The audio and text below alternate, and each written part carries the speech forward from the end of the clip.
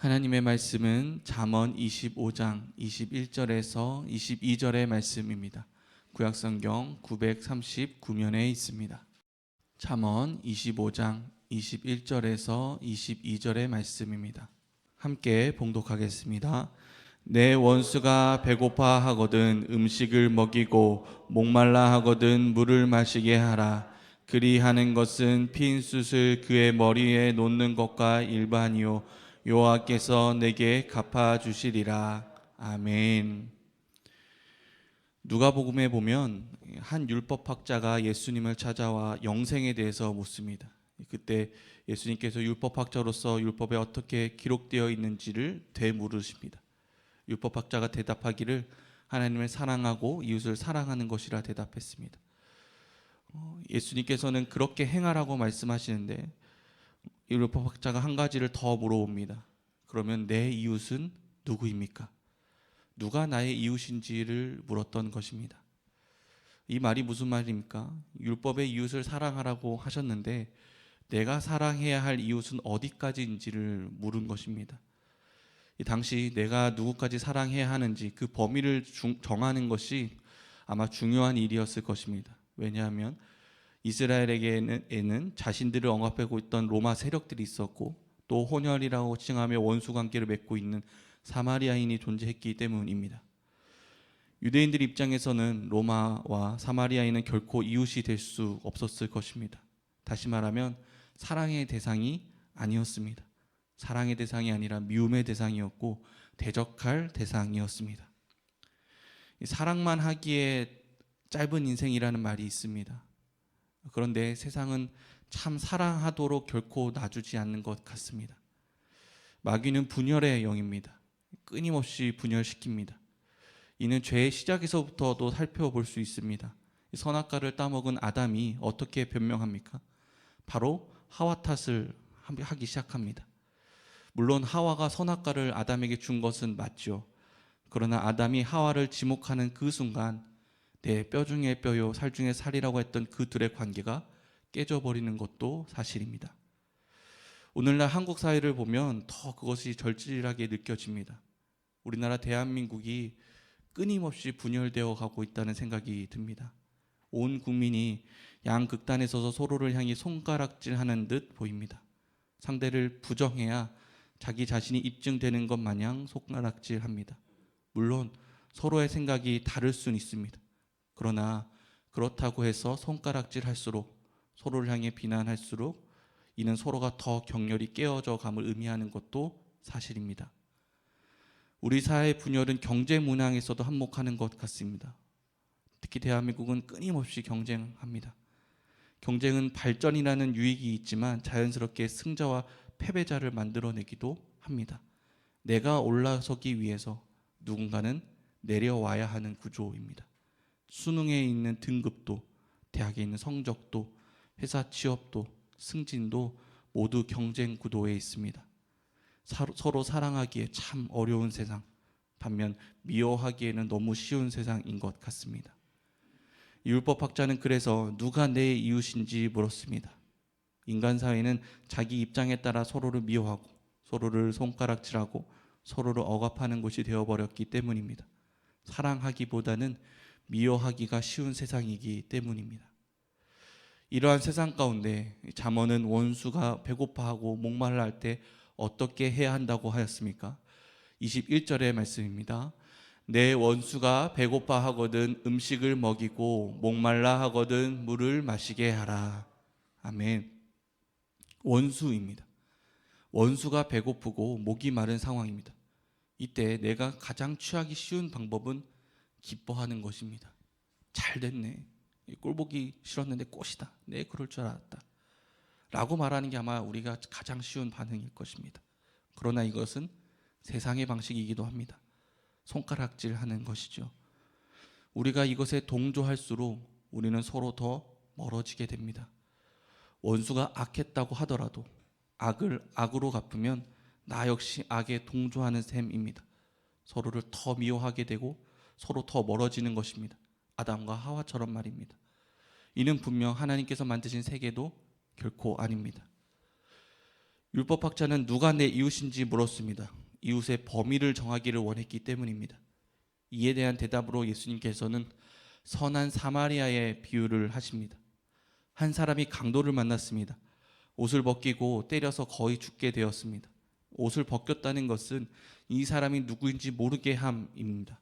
이 사람이 로마인인지 사마리아인인지 유대인인지 옷으로 구별할 수 있었는데 이 옷을 빼앗아 가버렸습니다. 그러면 무엇만 보게 됩니까? 그저 그 사람의 존재 자체만을 바라보게 됩니다. 그가 어려움에 처한 그 상황만을 보게 되는 것입니다. 그 사람을 구해준 사람은 사마리아인이었습니다. 사마리아인은 유대인들이 자신들이 멀쩡하고 상증도 하지 않는 이 사람이 유대인일지도 모르는데도 불구하고 돕기를 주저하지 않았습니다. 예수님께서는 누가 강도 만난 자의 이웃이냐고 물으시면서 너도 이와 같이 하라고 말씀하십니다. 잠언에서 말하는 원수도 마찬가지의 상황입니다. 강도 만난 자가 위급한 상황이었듯이 지금 원수는 배가 고프고 목이 마른 상황입니다. 인간의 기본 필요가 무너진 상황입니다. 세상은 원수가 배고플 때 그럴 줄 알았다며 통쾌해 하라고 말할 것입니다. 그러나 그렇다면 분열은 계속됩니다. 관계는 더 깨어질 것입니다. 우리는 아담과 하와 때부터 이어진 이 악의 고리를 끊어내야 합니다. 어떻게 해야 됩니까? 선한 사마리아인처럼 해야 합니다. 그들에게 음식을 베푸는 것입니다. 그들에게 기본 필요를 채워주는 것, 그들에게 사랑과 선의를 베푸는 것으로 우리는 이 악의 고리를 끊어낼 수 있습니다. 12월의 성품 주제는 사랑입니다. 사랑을 이렇게 설명합니다. 대가를 생각하지 않고 다른 사람의 기본 필요를 채워주는 것입니다. 예수님께서 가버나움에 들어가실 때 로마의 백부장이 찾아옵니다. 이 하인이 중풍병에 걸렸다는 것입니다. 유대인을 힘으로 억압하던 나라가 로마이고 백부장은 그 로마의 군인입니다. 그러나 예수님께서는 그 로마군의 하인을 백부장의 하인을 고쳐주십니다. 또 우물가에 있는 사마리아 여인을 찾아가셔 주시기도 합니다. 그리고 그 여인의 삶을 회복시켜 주셨습니다. 무엇보다도 십자가의 사랑으로 그 악의 고리를 끊어내셨습니다. 우리는 본래 죄인입니다. 로마서 8장에서 보면 우리가 원수 되었을 때라고 표현합니다. 로마서 8장 10절의 말씀입니다. 곧 우리가 원수 되었을 때 그의 아들의 죽으심으로 말미암아 하나님과 화목하게 되었은즉 화목하게 된 자로서는 더욱 그의 살아나심으로 말미암아 구원을 받을 것이니라. 아멘. 죄로 인해서 우리가 하나님과 원수 되었습니다. 그 결과 우리는 심판을 받아야 하는 존재였습니다. 죄로 인해서 살아가는 그 가장 기본 필요인 생명을 잃어버린 것입니다. 그러나 그분은 우리가 받을 그 손가락질을 대신 받아주셨습니다. 우리가 받아야 될 그 징계를 대신 받으심으로 우리가 평화를 누리고 나음을 입었습니다. 그렇게 깨어진 관계를 다시 화목하게 하셨습니다. 그렇게 악으로부터 승리하셨습니다. 그 사랑을 받은 우리는 원수가 배고플 때 음식을 먹임으로써 관계가 깨어지는 악의 고리를 끊어내고 우리가 받은 그 사랑을 전해야 하는 것입니다. 예수님의 닮은 성품으로서 사랑은 기본 필요를 채워주는 것입니다. 생존을 위한 섬김은 반드시 있어야 합니다. 의사는 아무리 범죄자라고 할지라도 치료해야 할 의무가 있듯이 그리스도인은, 하나님의 자녀는 그들에게 선의와 사랑을 베풀어야 한다는 것입니다. 우리가 원수에게 보복하지 않고 오히려 선의를 베풀 때 그것이 어떤 결과로 나타납니까? 오늘 본문 22절의 말씀입니다. 그리하는 것은 핀 숯을 그의 머리에 놓는 것과 일반이요 여호와께서 내게 갚아 주시리라. 아멘. 우리가 원수에게 음식을 먹이고 물을 마시게 할 때에 그것은 원수의 머리에 핀 숯을 놓는 것과 같다고 말씀하고 있습니다. 머리에 핀 숯을 놓는다는 것은 무엇입니까? 이 고대 이집트에서 어떤 사람이 잘못하면 그를 부끄럽게 만들기 위해서 그 사람 머리 위에 숯을 담는 화로를 올려놓는 의식을 했다고 합니다. 다시 말하면 우리가 원수를 선대하는 것은 그 원수를 부끄럽게 만든다는 것입니다. 제가 초등학교 때 일입니다. 제가 사실 어릴 적에 떠오르는 기억이 많지 않은데 어찌 보면 작은 일인데 기억하는 것을 보면 제게 중요했던 사건이었던 것 같습니다. 초등학교 때 가장 친했던 친구와 다툼이 생겼습니다. 그 일로 그 관계가 깨지고 소원해졌습니다. 누구 한 사람만의 잘못이었겠냐마는 제 기억으로는 저의 잘못이 더 컸던 것 같습니다. 제가 그때 일을 기억했던 것은 그 친구의 사과 때문이었습니다. 어느 날 제게 어떤 물건이 필요했는데 그 친구가 저를 챙겨주면서 먼저 사과를 건네왔습니다. 사실 저의 잘못이 더 컸음에도 자존심만 내세웠던 저와 달리 먼저 다가와 저를 도와주고 사과를 건네는 것이 그 당시 저에게는 꽤나 큰 충격이었습니다. 정확히 말하자면 그날 저는 제가 부끄러웠습니다. 사실은 제가 더 잘못했는데 나의 잘못은 보지 않고 친구 탓을 하며 씩씩거리고 있었던 제게 먼저 그 친구가 선의를 베풀어 주었기 때문입니다. 그 친구를 통해서 관계를 어떻게 회복하는지를 배워왔던 것 같습니다. 우리가 원수를 미워하면 관계는 더 해치고 악이 더 커지는 반면 사랑할 때에 그리고 선대할 때에 상대를 부끄럽게 만듭니다. 어쩌면 이것이 원수에 대한 진정한 복수일지도 모르겠습니다. 악을 악으로 갚는 것이 아니라 그를 부끄럽게 하는 것입니다. 예수님도 원수를 사랑하라 하셨습니다. 이는 원수에게 자비를 베풀고 용서하라는 뜻입니다. 이 구절에 대해서 연세대학교 김학철 교수는 이 말씀이 이 지배계층을 부끄럽게 하는 말씀이라고 말했습니다. 당시에 이 말씀을 들은 청중은 피지배계층이었습니다. 당시 사회에는 계층이 존재했죠. 계층이 존재하는 사회, 계급 사회에는 계급에 따른 덕목이 따로 있었습니다. 예컨대 종이나 피지배계층에게 필요한 윤리적 덕목은 충성입니다. 말을 잘 듣는 것이죠. 왕이나 지배계층에게 충성이란 덕목을 요구할 수는 없었습니다. 반대로 지배계층에게 필요한 덕목은 자비나 용서입니다. 종에게 있어서 자비와 용서의 덕목은 어울리지 않습니다. 그런데 예수님께서는 피지배계층에게 원수를 사랑하라고 말씀하십니다. 원수를 사랑하라는 것은 자비를 베풀라는 말이고 용서하라는 뜻입니다. 피지배계층에게, 종에게 자비를 베풀고 용서하면 누구를 부끄럽게 만드는 것입니까? 이 지배계층 통치자들을 부끄럽게 만드는 일입니다. 아무리 사랑하기보다 미워하기가 더 쉬운 세상이라고는 하지만 그들도 미움보다는 사랑과 용서, 자비가 옳은 덕목임을 잘 알고 있을 것입니다. 따라서 우리가 원수에게 사랑을 베풀 때 옳은 덕목을 따르지 않는 상대를 부끄럽게 만드는 것입니다. 혹 원수가 부끄럽지 않아 하면 어떻게 합니까? 그래도 괜찮습니다. 우선 그리스도인 자녀인 내가 악으로 갚지 않았고 또 오늘 22절의 말씀처럼 여호와 하나님께서 친히 갚아주신다고 말씀하고 계십니다. 우리는 그리스도의 자녀로서 우리가 할 도리를 다하고 그 외의 영역들은 하나님께 맡겨드려야 합니다. 공평하고 정의로우신 하나님께서 친히 갚아주실 것이기 때문입니다. 오늘 말씀을 마음에 새기고 원수에게 악으로 갚지 않기 위해서 자신이 실천해야 될 것은 무엇입니까? 우리가 선을 행하는 것입니다. 그 선은 사랑입니다.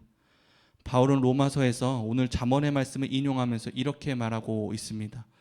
내 원수가 줄이거든 먹이고 목마르거든 마시게 하라. 그리함으로 내가 숯불을 그의 머리에 쌓아 놓으리라. 악에게 지지 말고 선으로 악을 이기라. 아멘. 우리가 악을 악으로 갚는 것은 악에 지는 것입니다. 악으로 악을 이기지 못합니다. 악으로 악을 도울 뿐입니다. 서로의 관계가 멀어지고 깨어지는 것을 미움으로는 이기지 못합니다. 미움은 미움을 도울 뿐입니다. 악을 이기는 방법은 선뿐입니다.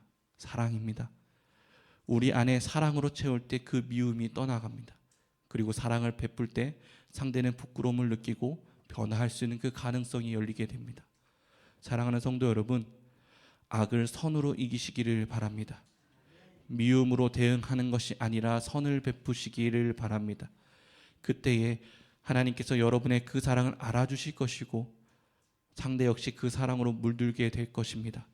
바라기는 미워하기보다 사랑으로 악을 이기시는 저와 여러분 되시길 주님의 이름으로 축원합니다. 기도하겠습니다. 하나님 아버지, 죄로 얼룩진 우리, 그로 인해 서로를 원망하고 하나님을 떠난 우리를, 그래서 하나님의 그 원수가 되었던 우리를 사랑하여 주시사 손 내밀어 주시고 우리를 구원케 하신 것 감사합니다. 하나님, 이 세상은 계속해서 분열해 나가고 있습니다. 서로에게 손가락질하면서 미움이 가득해지고 있습니다. 너무나도 하나님의 그 사랑이 필요한 시대 가운데에 있습니다. 주여 굽여 살펴 주시옵소서. 이러한 세상 가운데 분열의 고리를 사랑으로 끊어내는 하나님의 자녀가 되게 하여 주시옵소서. 사랑이 승리할 줄로 믿습니다. 악을 악으로 대응하는 것이 아니라 선으로 이기는 자들 되게 하여 주시옵소서. 감사드리며 예수님의 이름으로 기도드립니다. 아멘. 제가 광고 말씀 한 가지 드립니다. 아마 뉴스 보신 분들 아시겠지만 어제 낮에 11시 40분쯤 요 파장동 골목에서 그 급발진을 주장하는 택시에 중상을 입은 어르신들 두 분이 계시는데 그 두 분이 조남희 권사님하고 강충식 권사님이에요. 뉴스에는 생명에 지장이 없다고 하는데 그 중상으로 보도가 되었고 어제 따님하고 통화를 했는데 지금 아주대병원 집중치료실에서 계시는데 그 조남희 권사님은 폐에 물이 찼고 그 다음에 강충식 권사님은 그 골절이 몇 군데 있고 이렇습니다. 그래서 우리 강충식 권사님, 조남희 권사님 물론 생명은 지장 없다는 뉴스 나왔는데 연세가 이제 많고 그 다음에 그런 가운데 있습니다. 우리 조남희 권사님, 강충식 권사님을 위해서 오늘 말씀 듣고 악을 선으로 이기게 예수님의 사랑을 흘려보는 교회, 서로 화합하는 세상이 되기 위해서 우리 강충식 권사님, 조남희 권사님을 위해 기도해 주시기 바랍니다.